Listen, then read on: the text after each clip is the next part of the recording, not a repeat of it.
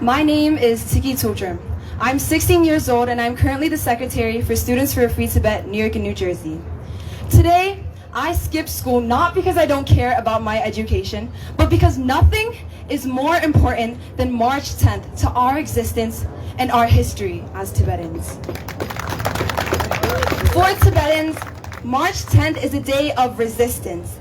66 years ago today, in 1959, our ancestors bravely stood against China's brutal occupation, armed with nothing but their united courage and faith.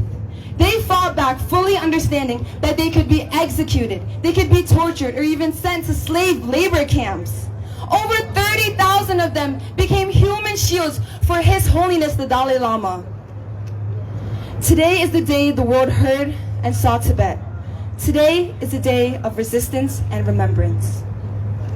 Now here I am, 66 years later, standing on land far, far away from my homeland, still protesting for the same thing that my ancestors fought for, because nothing has changed inside occupied Tibet.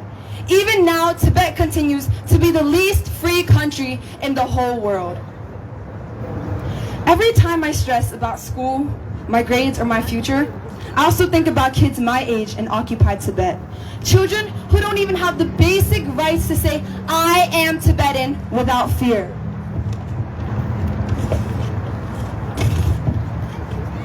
They don't get to grow up in a Tibetan school like I did, learning about their history and their culture.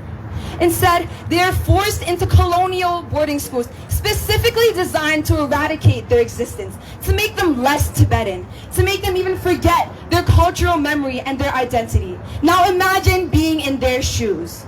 Imagine someone looked you in the eyes and told you that you are banned from speaking your own language and upholding your culture. This is the harsh reality for Tibetans living inside of occupied Tibet. Now on January 7th, tragedy struck Tibet. A terrible 7.1 magnitude earthquake struck Tsekyi.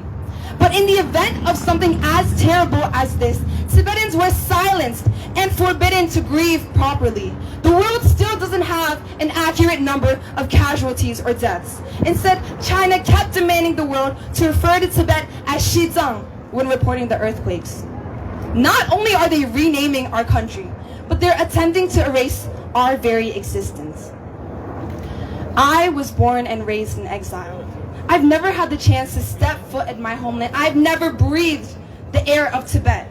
But still, Tibet is in my heart and my soul.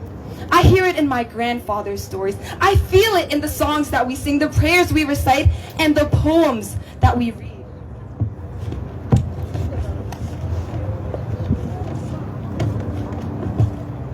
The Chinese government wants to erase us. They want to try erasing us. They want to destroy our culture and our tradition.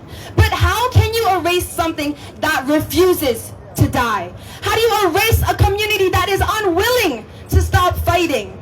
The CCP has spent billions of dollars to destroy the Tibetan way of life, our ancient cultures, our traditions. But they have yet to make a dent to the Tibetan spirit of resistance and the love and respect that we have for His Holiness.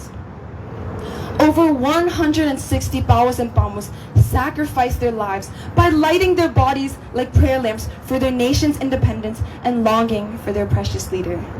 When I look at all of you, I see a nation that refuses to be silenced or erased. All of us standing here are proof that the Chinese government has failed. We are the living proof. The fact that I am here, that I can speak Tibetan, that I know my history, that is resistance. And to all my fellow Tibetans all over the world, never ever let anyone take that away from you. Every word that you speak in Tibetan, every time you learn something about our past, every single time you show pride in being Tibetan, that is resistance. That is how we fight back.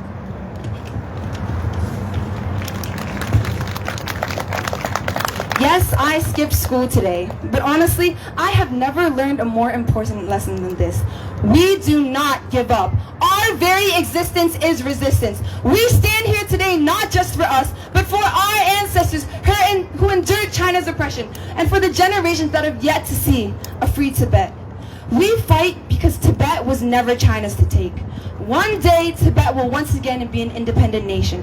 One day, His Holiness the Dalai Lama will return back to the Potala Palace. One day, we will be able to fulfill the wishes of our ancestors who dreamed of a land where our language, our culture, and our faith are celebrated and respected. Tibet will be free. Maybe not today and maybe not tomorrow, but one day we will return home. Until that day arrives, we must continue to speak out, we must protest, and we must fight back, no matter how long it takes. Because when that day comes, the whole world will know that we never surrendered. We never stopped fighting. We never stopped believing. No matter how long it takes, we will return. Our story is not a story of defeat. Instead, it is a story of resilience. Now may we take this message to the day Tibet is free. Long live His Holiness the Dalai Lama.